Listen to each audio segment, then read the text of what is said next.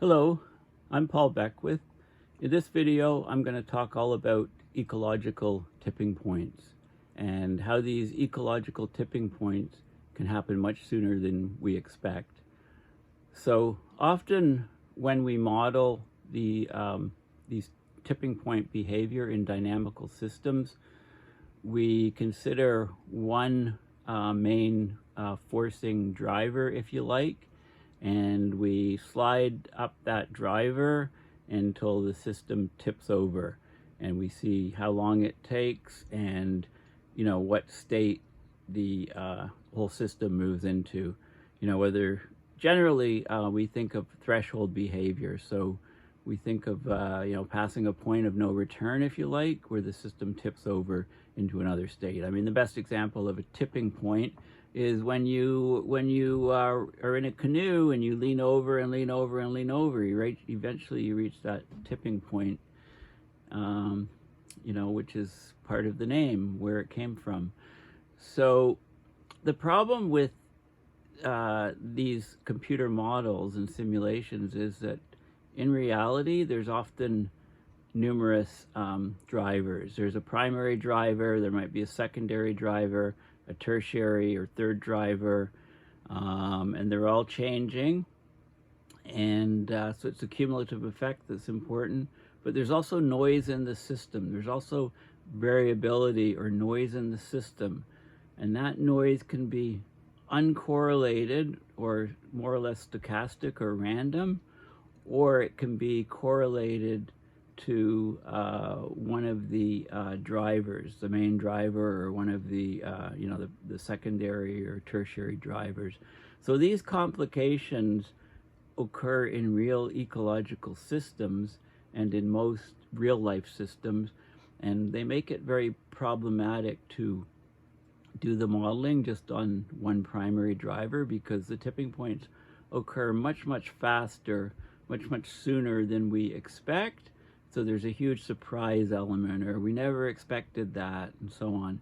So we're seeing a lot of these things happening in the climate system. So this paper that came out just about a week ago or so is very timely.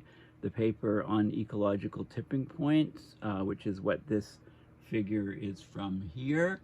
And I'll talk about this more when I get to the paper.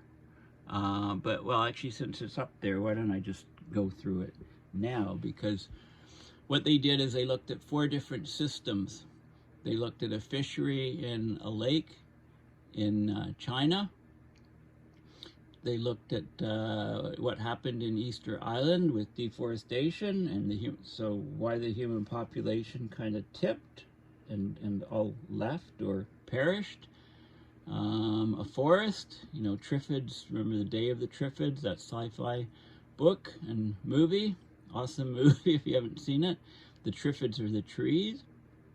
So trees disappearing, say think of the Amazon rainforest, and phosphorus in a lake, reaching levels where the lake basically becomes undergoes eutrophication, or it just turns to weed basically. This is an example of some of the interactions with the phosphor in the lake system. So you've got phosphor in the lake, you've got a change in phosphor, you have these different inputs, like the amount of phosphor going into the lake and the amount of settling of phosphor into the sediments of the lake. So you've got these longer term things. And then you can get these other other factors, secondary, tertiary drivers, and then you also get noise factors. And the noise, like I said, can be uncorrelated or correlated to the actual main driver. Okay, so you get these variables changing the system, and here's some experiments they looked at. So here we've got the primary driver, secondary driver, tertiary or third driver, and the noise. Okay, so in this case we keep, the only thing changing in experiment 1 is the primary driver. Okay, the primary driver gets stronger and stronger, eventually causes the system to tip, but everything else is stable. Then in experiment 2, we change all of the different drivers, but not the noise. So then We increase the primary driver as before, but the secondary driver increases, the tertiary driver increases, but the noise is kept constant. And in the next experiment, we just change the primary driver and we add noise. We both add uncorrelated or stochastic or random noise, and we can also add a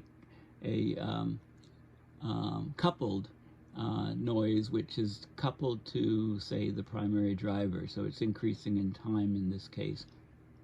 And then, of course, in the final experiment 4, we have both types of noise, A and B, uncoupled, coupled, and we also have each of the drivers is changing. And we look at how quickly it takes for the system to tip from one state to another. The net result is when you have all of these things, which is in a real ecological system, the tipping point can occur much earlier than you might expect. So that's the paper. It's open source. Earlier collapse of Anthropocene ecosystems driven when you have multiple drivers, and when you have faster drivers, it tips sooner, and if they're noisy, if you add noise to the system, it tips. Okay, so those are some of the key factors. Okay, so the article discussing the paper is came out in The Guardian about a week ago in the environment section. Ecological tipping points could occur much sooner than expected, study finds. So the Amazon rainforest and other ecosystems could collapse very soon, researchers warn. Now, I should say it's not just ecological systems, it's also physical systems, like think of the glaciers, think of the sea ice vanishing to the blue ocean event. Think of the permafrost releasing a vast amount of CO2 and methane as they undergo great warming. Okay, there's all of these different tipping points, and the danger is that they start to cascade. One leads to another, like the domino effect, if you like. Okay, so this is deforestation of the Amazon near Santarém, Brazil, this picture. I mean, look how thick the forest is here, and this is just grasslands, road up here. I mean, it's just, and fog, lots of water vapor in the atmosphere. Okay, so ecological collapse is likely to start sooner than previously believed, according to a new study that models how tipping points can amplify and accelerate one another, i.e. the domino effect or cascading tipping points. The authors warn that more than a fifth of ecosystems worldwide, including the Amazon rainforest, are at risk of a catastrophic breakdown within a human lifetime. Now, for many years, I've said it's really a race between the Amazon rainforest collapsing and the Arctic sea ice collapsing to a blue ocean event. And, you can place your bets. It'd be very interesting to hear your comments in the comments section of this video as to what you think may happen. We should run a pool on this. 1 year with significant ice melt, it's like, yeah, sea ice for sure. And then there's a couple droughts in the Amazon rainforest, it turns into a source, and logging continues like crazy, and you think, yeah, the Amazon first, but for sure. Anyway, it's likely to happen very soon, once these unpleasant, abrupt consequences of accelerating climate change. We could realistically be the last generation to see the Amazon rainforest. So this research was published just a week ago, likely to generate a heated debate, pun intentional, I think. Compared with long-established and conclusively proved links between fossil fuels and global heating, the science of tipping points and their interactions, the cascades, is relatively undeveloped. We need a lot more work on that. The IPCC is quite cautious. In the latest report, the AR6, they said that there was a chance of a tipping point in the Amazon by the year 2100. Okay, very conservative. Several prominent Brazilian-based scientists, including Carlos Nobre, has warned that this may come much sooner. So the new study underlies that alarming prospect. Most studies until now have focused on one driver of destruction, or one forcing driver, like climate change or deforestation. When you combine the one driver with other threats, a secondary threat, and a tertiary threat, such as water stress, degradation, river pollution from mining, plus you add stochastic noise, which could be from extreme weather events, like massive torrential rains one year, massive drought another year. These noise elements, if you like, somewhat random elements, not so random, but there's a level of uncertainty about when they'll happen.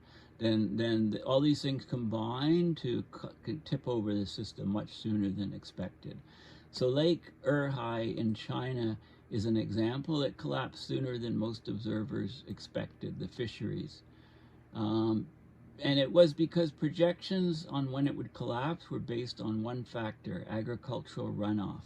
So nutrients running into the lake. It was loading the water system with excess nutrients, but other stresses compounded, like more fishermen. The price of fish meant more and more fishermen went out. Fishermen had more money, they bought more technology, which allowed them to fish more and catch more fish. So the whole system collapsed. The degradation from the primary driver, the agricultural runoff, was accelerated by all of these other factors. So when climate variation, adding some noise, water management, and other forms of pollution were added into the mix, the lake system quickly lost its resilience. It became embrittled, if you like, and hardened. It wasn't able to respond to changes, and the whole system just collapsed. Okay, as complexity increases in systems, they tend to become more embrittled, if you like, more hardened and less resilient, less pliable to change, and then the whole thing just collapses quickly. So what they did is, in this study, they looked at 2 lake ecosystems, and they looked at 2 different forested regions using computer models with 70,000 adjustments of variables. They found up to 15% of collapses occurred as a result of new stresses or extreme events, even while the primary stress was maintained at a constant level. The lesson they learned was that even if one part of the ecosystem is managed sustainably, new stresses like global warming and extreme weather events could tip the balance towards a collapse of the complete system. So the scope of the study was limited. They looked at just the 4 systems, but they think that the results showed the need for policymakers to act with more urgency. Previous studies of ecological tipping points suggest significant social and economic costs from the second half of the 21st century onwards, like 2050 onwards. But this paper shows that the potential for these catastrophes to occur much sooner is very, very high. So the findings were devastating, but this approach of analysis through system dynamics also had a positive potential because it showed that small changes in a system could have big impacts. This is the idea. I don't know if you've read the book Nudge, but that's the idea. You can have, you nudge systems and you can have enormous impacts if you nudge them in the right place. This study focused on the negative aspect of the straw breaking the camel, quote, ecosystems back, but the opposite could also be true. So Lake Erhai in China has shown signs of recovery. So the same logic of these tipping points can work in reverse. If you apply positive pressure, you can see rapid recovery, but time is running out much faster than people realize for our ecological systems. Okay, so I'll just go and talk about a few of the different systems that are in here. So Lake Erhai ecological collapse. Okay, so let's have a, so I just Googled that, and I want to just show you some stuff on Lake Erhai. Erhai Lake in China. Okay, so basically it's situated at almost 2,000 meters above sea level.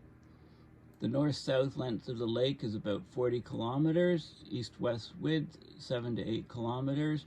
so 250 square kilometers, or almost 100 square miles. So it's the second largest highland lake in China after Dianshi Lake. Okay, its circumference reaches 116 kilometers, 72 miles. Average depth is 11 meters, 36 feet. Total storage capacity, 2.5 billion cubic meters, or 2 million acre feet of water. Okay, there's a couple cities nearby it. It gets water from a couple of rivers in the north, one in the east, smaller streams in the west, and it has an outlet in the south. And it eventually goes into the Mekong River, or the Lancang River. Okay, so it's a pretty nice area now. It's got good biodiversity. And it doesn't say too much else about it here. Okay, here we are, Erhai Lake. You know, we can zoom in a bit and sort of look at it.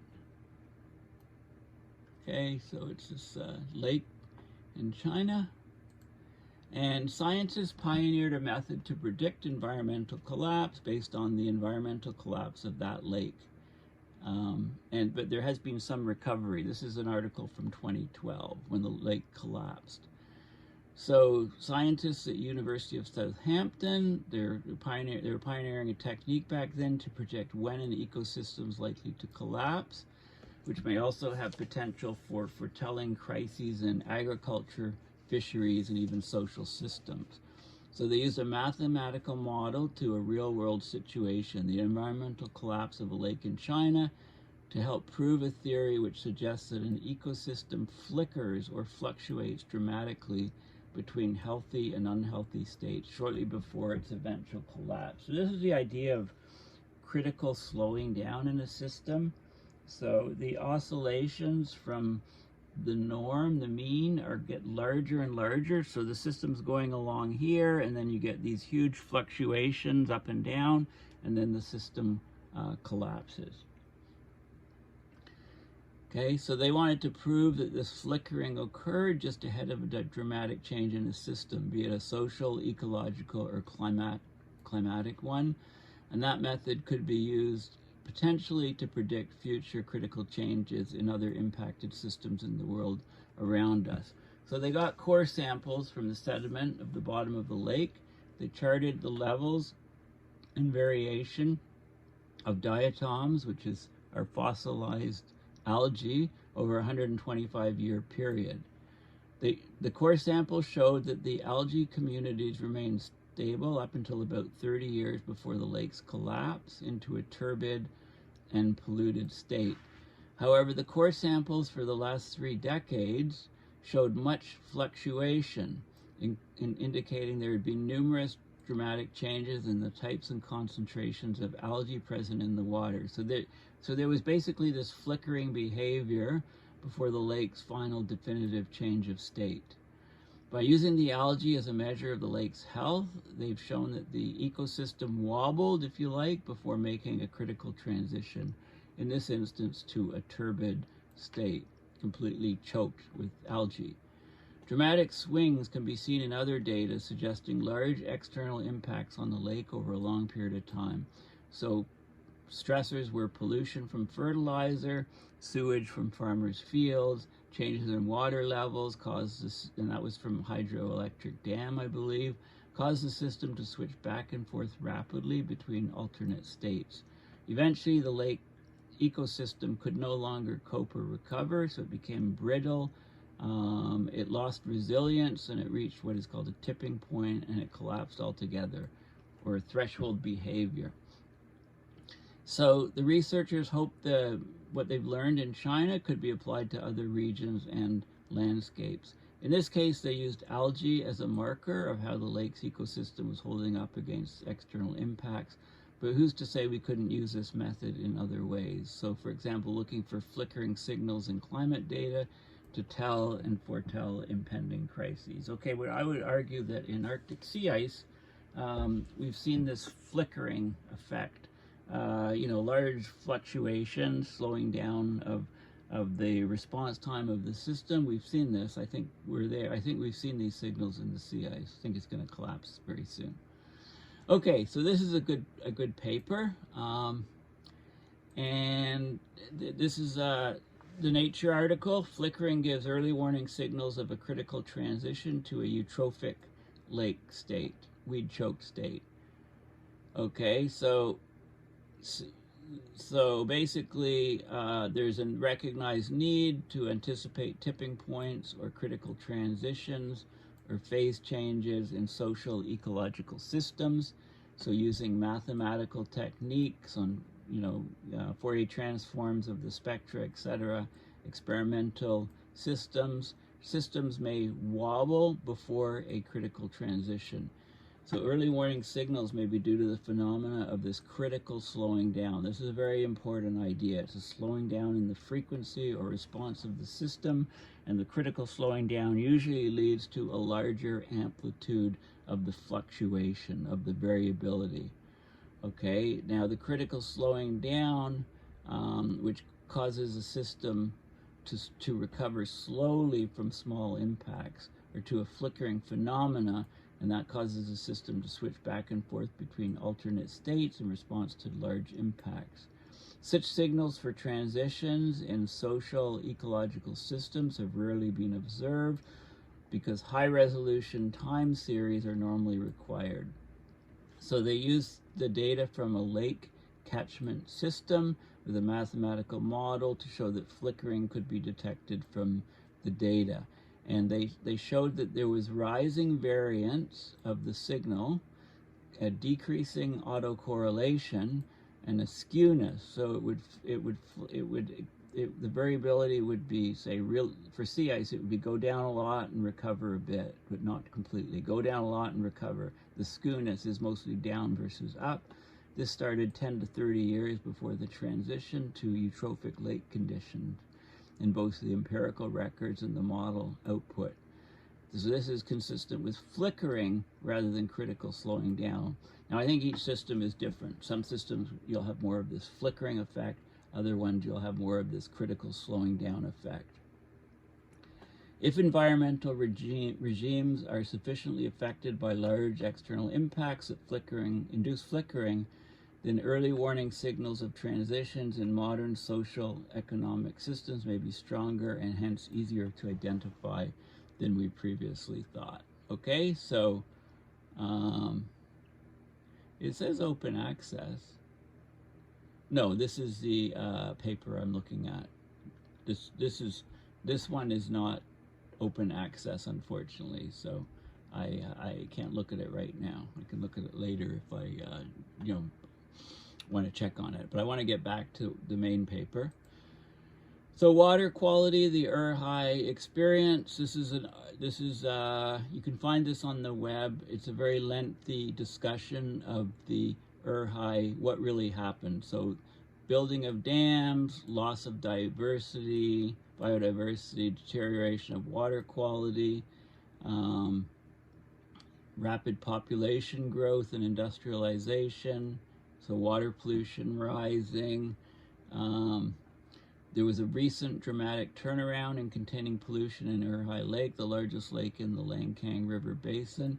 So the lake basically went to horrible state, eutrophication, and then they did a lot of work, and the lake recovered to a large extent to where it is today. So they talk about the lake, the lake, the size, the shorelines. There was a hydroelectric plant which lowered the water level. Okay, so all of the details are in here, and I'm not going to go and talk about all of these details, but they put lots of government measures in place, and it's a good example of a recovery of a lake, because the lake basically collapsed. The fisheries in the lake collapsed years ago, and it's been restored somewhat to present day.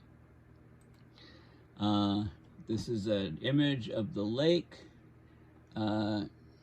Okay, so there's another lake so that's Ur-High, and there's another lake in the study, which is Shalika Lake.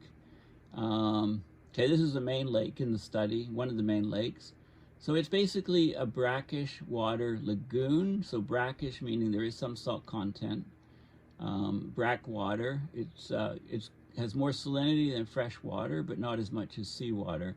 It results generally from mixing seawater and fresh water together, as in estuaries or in lagoons in this case.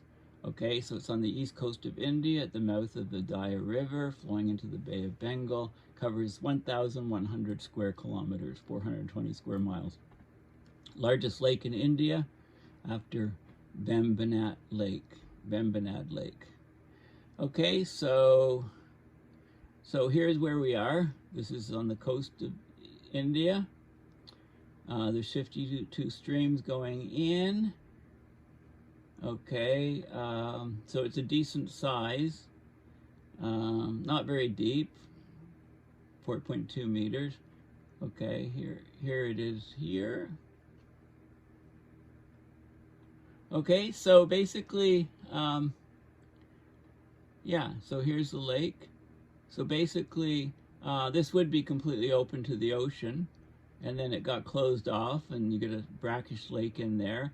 And occasionally they can recharge the, you know, when the lake deteriorates, they can open up a connection to the ocean, let in salt water to try to restore it. So it's a huge environmental area, very productive fishery, etc. And there's lots of details here in the wiki page, you know, the history and the geology of the lake, the topography. Here, this is the map here. This is a map, Bay of Bengal. So you've got the sandbars, etc. And you've got this inland lake, which you can open up and let in seawater when it, you know, to help restore and maintain its environmental diversity. Okay, so a bit about the hydrology and, you know, monsoon, sediment quality. Okay, so there's lots of details here. Okay, that's just to put the lake in context. And, you know, one of the studies is the forests on Easter Island and how they collapse. So I just, you know, you probably know, you know, a bit about Easter Island already. You know, it's like who cut down the last tree on Easter Island? You know, and the trees, a lot of trees were cut down in order to move these huge rock icons, statues to various places to build them and to move them. There's, if you've read the book Guns, Germs, and Steel, it talks about here we go. Jared Diamond, Guns, Germs, and Steels, and his book Collapse, How Societies Choose to Fail or Succeed. He talks about Easter Island in great detail. You know, there was basically a collapse of people. There were tens of thousands of people, and a decade or two later,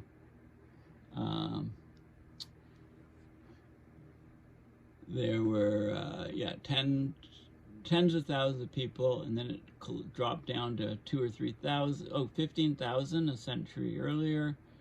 It dropped down, by the time of European arrival, the island's population had dropped to 2,000 to 3,000. And then shortly thereafter, it basically collapsed down to a couple hundred people. Okay, so it's got a fascinating history. There's all these Moa statues here on the island, which would have taken tremendous amount of work.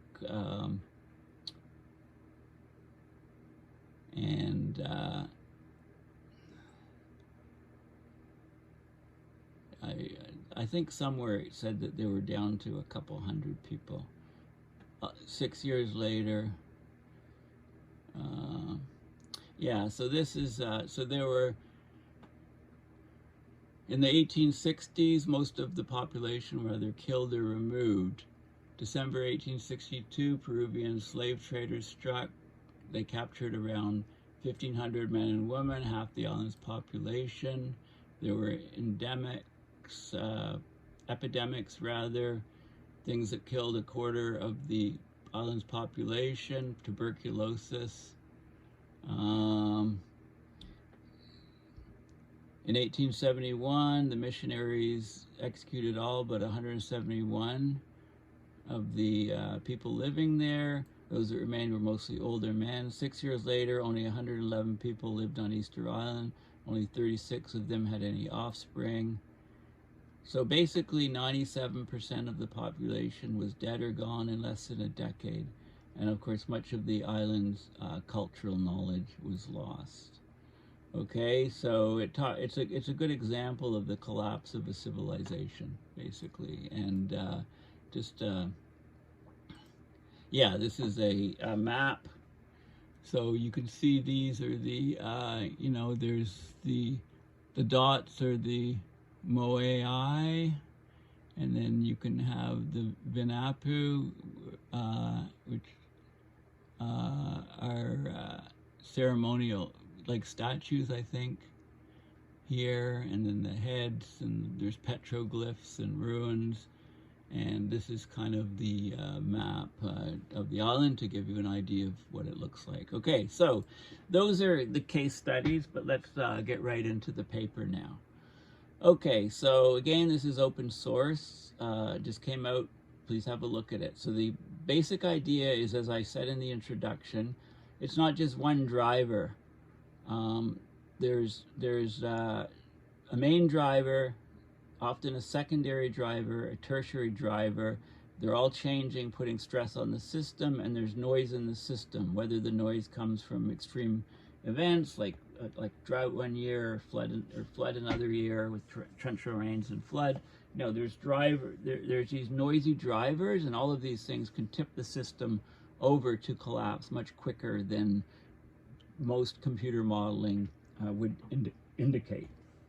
Okay, so this is very serious because the same concepts apply to the Amazon, they apply to the Arctic sea ice, etc.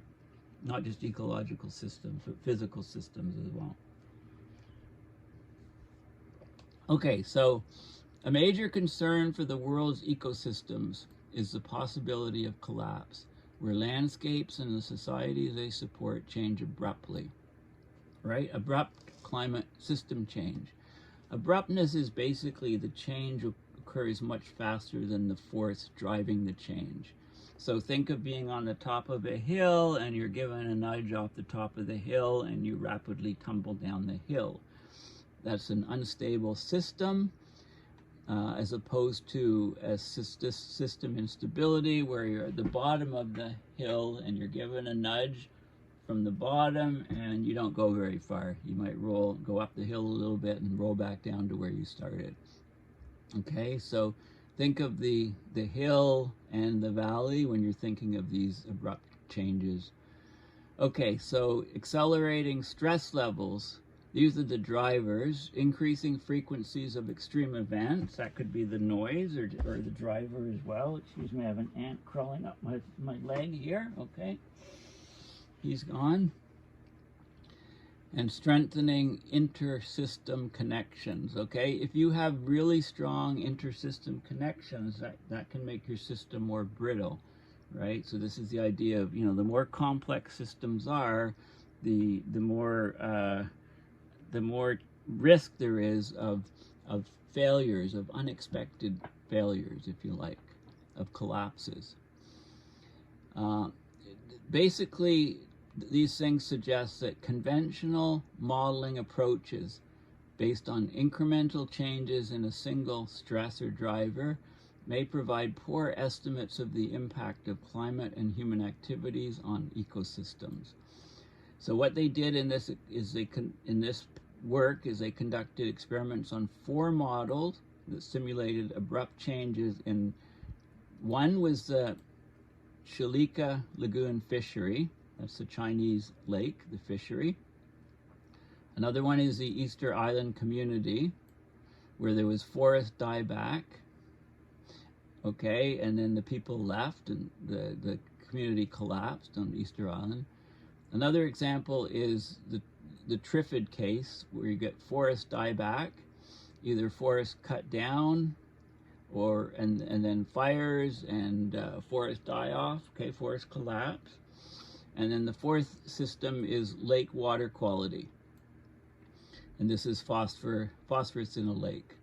So these are ecosystems with a range of anthropogenic interactions.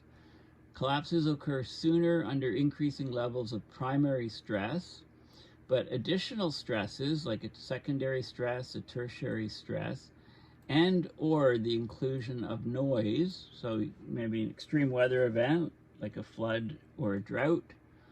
In all four models, it brought the collapses substantially closer to today by 38 to 81%.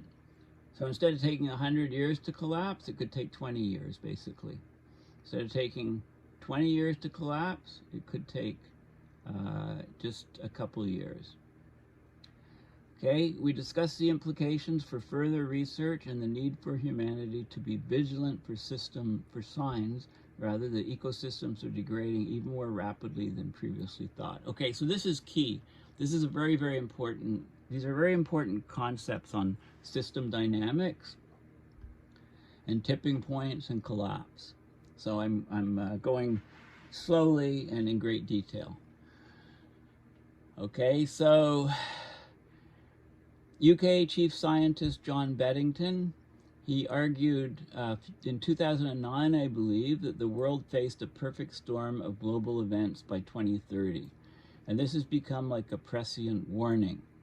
There's been papers that actually have used the term ghastly futures, right? Ghastly futures was actually in the title of a peer-reviewed scientific paper, and I think it was several years ago, and I did a video on it. If you go to my YouTube channel and just Google ghastly futures, you can find that video. Widespread ecosystem collapse, domino effects on sustainability goals. Okay, so these ideas, this jargon or terminology taps into a growing consensus within some scientific communities that the Earth is rapidly destabilizing through cascades of collapse. Okay, just sounds like what I've been saying for many years. Glad I'm getting lots of company on it from mainstream science. Some even speculate on end-of-the-world scenarios involving transgressing planetary boundaries, and I'll be doing a video shortly in the next few I do on transgressing planetary boundaries. Think of the Stockholm work on planetary boundaries. Climate, freshwater, and ocean acidification are some examples of planetary boundaries we're transgressing or crossing. This is accelerating, reinforcing, or positive feedbacks or reinforcing feedbacks, accelerating feedbacks, call them vicious feedbacks. You know, positive, they're not good in any sense of the word, they just speed things up.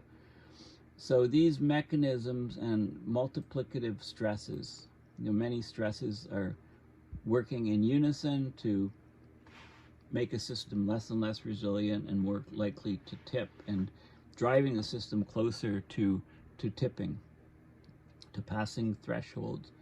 Prudent risk management clearly requires consideration of the factors that may lead to these bad to worst case scenarios. Basically, the choices we make about ecosystems and landscape management can accelerate change unexpectedly. So, you know, we try to improve something. If we don't do it smartly, we can accelerate the change and screw it up even more, basically. The potential for rapid destabilization of Earth's ecosystems is in part supported by observational evidence for increasing rates of change in key drivers and interactions between systems at the global scale. Despite decreases in global birth rates and increases in renewable energy generation, the general trends of population, greenhouse gas concentrations, and economic drivers such as GDP, gross domestic product, all these things are stressing the system, often accelerating through 20th and 21st centuries. Think of the greenhouse gas rise rate, it's accelerating at highest rates ever. Non-stationary trends for ecosystem degradation imply that unstable subsystems are common. There's strong evidence globally for the increased frequency and magnitude of erratic events such as heat waves and precipitation extremes. So they consider these mostly as noise in this paper. Examples include the sequence of European summer drought since 2015, fire-promoting phases of the tropical Pacific and Indian Ocean variability, regional flooding, and these things have already been implicated in reduced crop yields and increased fatalities and normalized financial costs. The increasing frequency and magnitude of erratic events is expected to continue. The IPCC AR6 concludes that multiple climate hazards will occur simultaneously. Multiple climatic and non-climatic risks will interact, resulting in compounding overall risk cascading across sectors and regions. Overall global warming will increase the frequency of unprecedented extreme events, raise the probability of compound events, and ultimately could combine to make multiple system failures more likely. Okay, so this I showed you in the introduction, and it is very important, so I will just quickly go over it. So they looked at 4 different systems: a fishery in China, Easter Island, the collapse of population, of occupation of the island by humans, collapse of forests, and collapse of lake systems. So you basically have primary drivers, you have secondary and tertiary drivers, and then you have random noise, or you have so the random noise is the uncoupled noise, or you have coupled or noise where the noise isn't completely random. It increases with the driver or decreases with the driver depending, and with one of the drivers, not with all of them necessarily. Okay, so those are the ideas, and here's 4 experiments that are looked at. You change one primary driver, everything else stays the same. You change all of the primary, secondary, and tertiary drivers, noise stays the same. You change just the primary and just the noise, 2 different types of noise, or you change everything. So when we do this sort of thing, we greatly increase the likelihood and nearness of the tipping point. Okay, so they use a term ATDCs, abrupt threshold dependent changes. Okay, so you cross the threshold and you get the tipping, ATDCs. I never remember that acronym, abrupt threshold dependent changes. Okay, so they look at this sort of break point, where this is a break point. When you reach this point, you go. So this is the case of the fishery. The number of fish caught collapsed. Easter Island population collapsed. Number of trees in the forest collapsed. Lake phosphorus, in this case, went way up. And the lake basically died, or you got eutrophication of the lake. So you have these functionally different states. This is the initial value. And then you get this collapse through 20% of the initial value. You consider this a collapse state. And that's in those 3 systems that I talked about that do this. And then the phosphorus state, you have the phosphorus, it goes up over 4 standard deviations, and this becomes the eutrophic state. Okay, so that's the idea. Let's just have a look at, we'll go through some more of the text. I won't go through it all, but this is important. For example, there's a risk that many tipping points can be triggered within the Paris Agreement range of 1.5 to 2 Celsius, including collapse of the Greenland and West Antarctic ice sheets, die-off of low-latitude coral reefs, widespread abrupt permafrost thaw. These tipping points are contentious and with low likelihood in absolute terms, but with potentially large impact should they occur. In evaluating models of real-world systems, we need to be careful that we capture the complex feedback networks and the effects of multiple drivers of change that may act either antagonistically or synergistically. Okay, they may oppose each other and reduce the risk of tipping, or they may act together and increase the risk of tipping.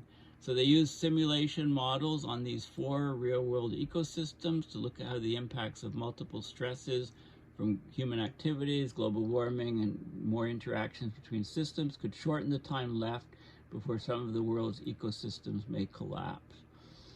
Okay, intuitively stronger interactions between systems may be expected to increase the numbers of drivers of any one system, change driver behavior and generate more system noise.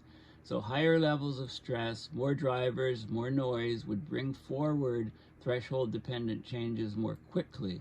So think of the Amazon rainforest, right? The main driver of its collapse would be, say, deforestation. But if you add global warming, right, that can greatly increase the chance of tipping.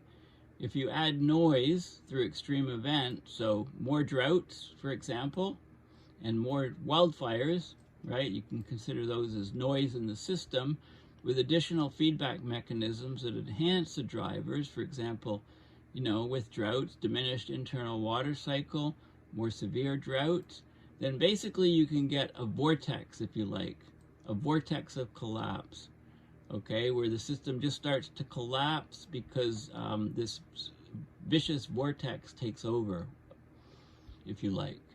The feedbacks are reinforced, the stress is increased by human acts, and you get a weakening of this whole system. It's less resilient, and the whole system just collapses.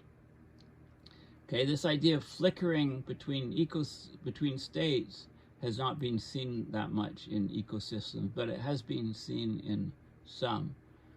So, often when we try to do a mathematical classification of critical transitions, it includes slow driver bifurcation, so the splitting into different directions, rate-induced, so fast cumulative driver, noise-induced extreme event tipping points. Each of these are looked at individually in previous studies, but you need to look at them together. Some studies look at the timing of tipping points in rate-induced or noisy systems, but they need to all be combined, okay?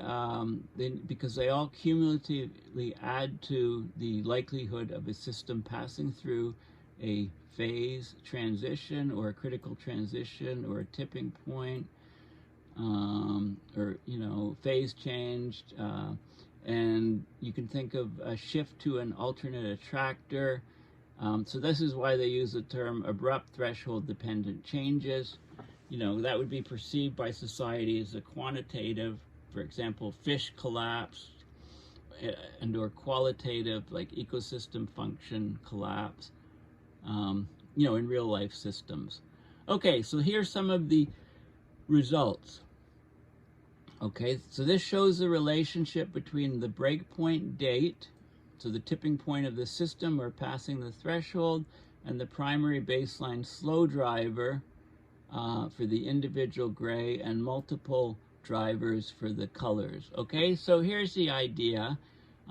This is a lake, so multiple slow rate. So basically this is the normalized fisher population growth rate. So this is the number of people fishing the lake, and the tipping is indicated by a collapse of fish stock in the lake.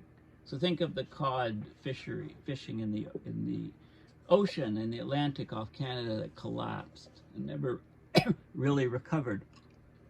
Okay, so this is a low growth rate of fisher people, mid and high.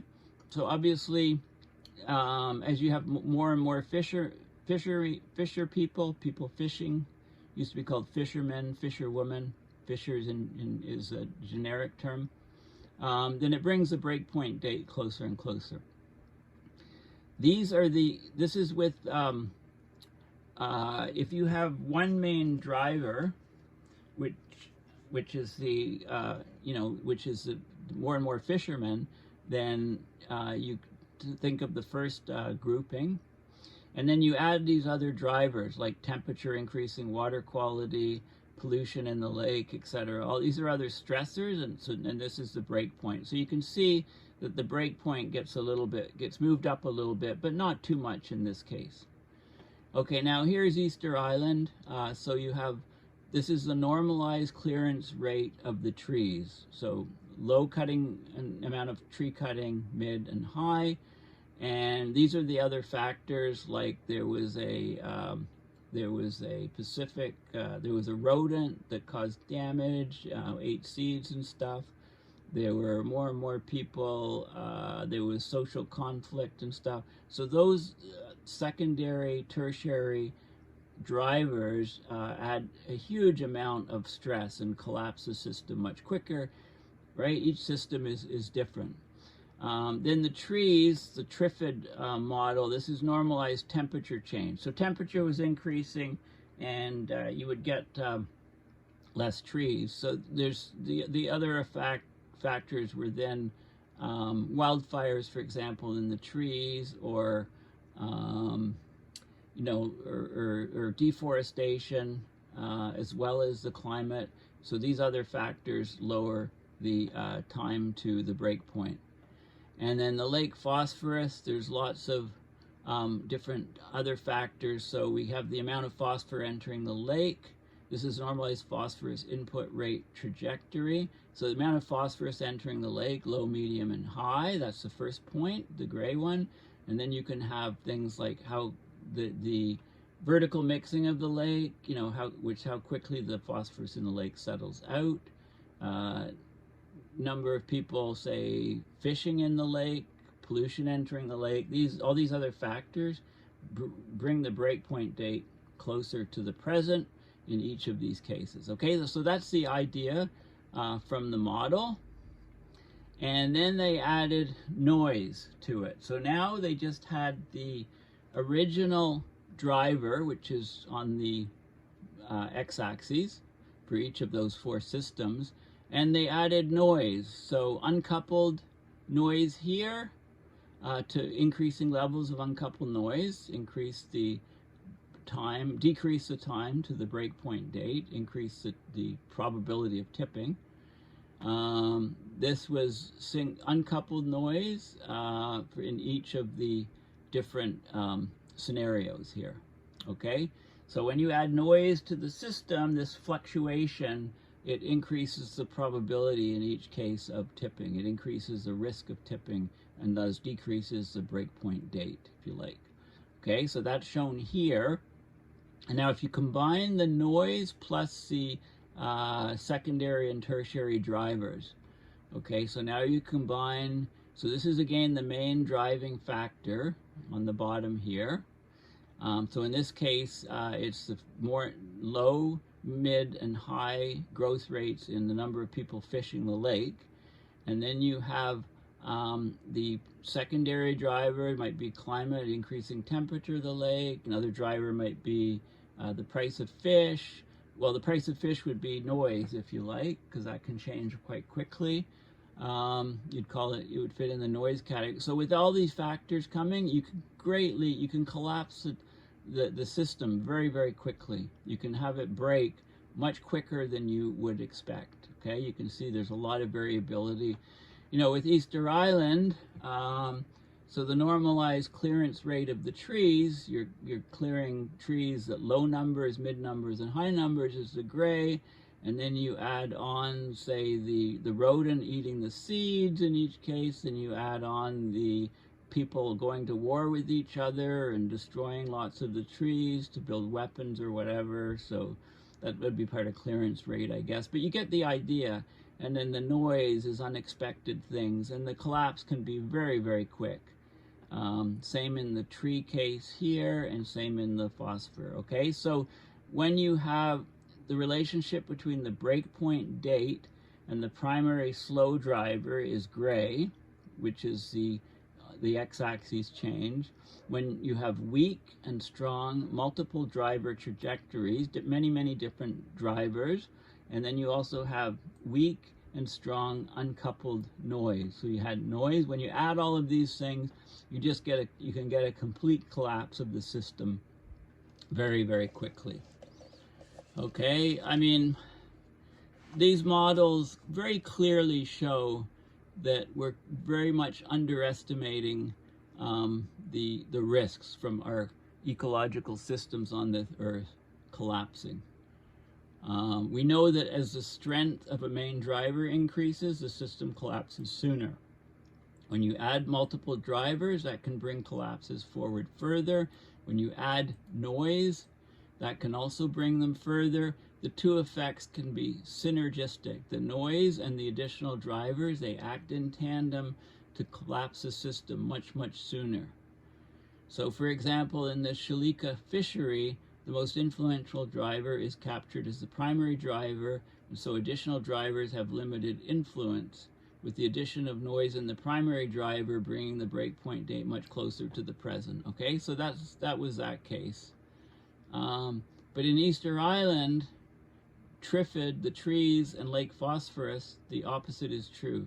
The addition of high levels of noise in the primary driver advances the state of date collapse far less than additional drivers. Thus, while the earliest collapses in all the systems are found when both additional drivers and noise are applied, an important implication for real-world governance is that the precise importance of individual driver trajectories and noise is system-dependent. Okay, so you get much earlier occurrence of abrupt threshold-dependent changes.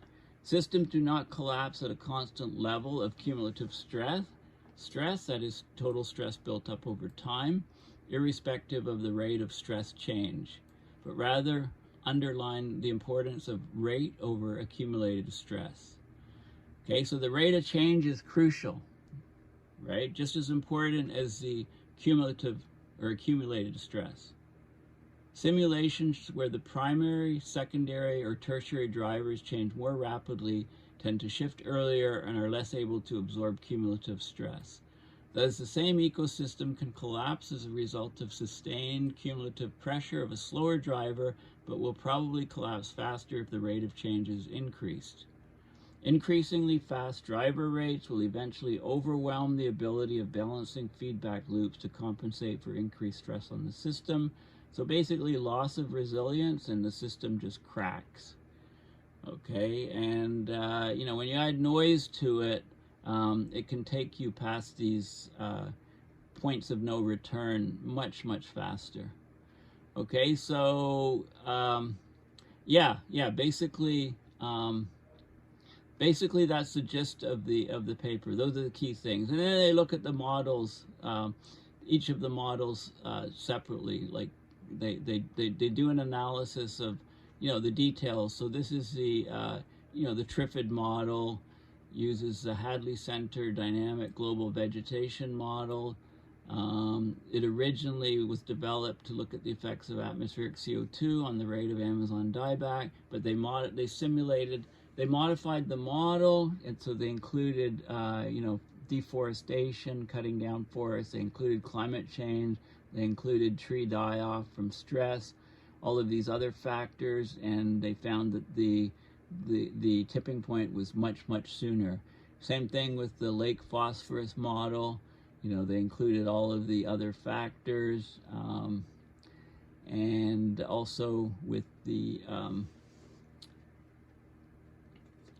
so each of the other systems. Okay, time series, breakpoint detection, and so on. Okay, so basically, this is a key and very important paper, and so basically, we've been modeling systems wrong. Okay, we've been looking at how the main driver, we've been changing the main driver and looking at when the system goes into a tipping. But what we need to do is we need to look at the secondary driver, the tertiary driver, any additional drivers.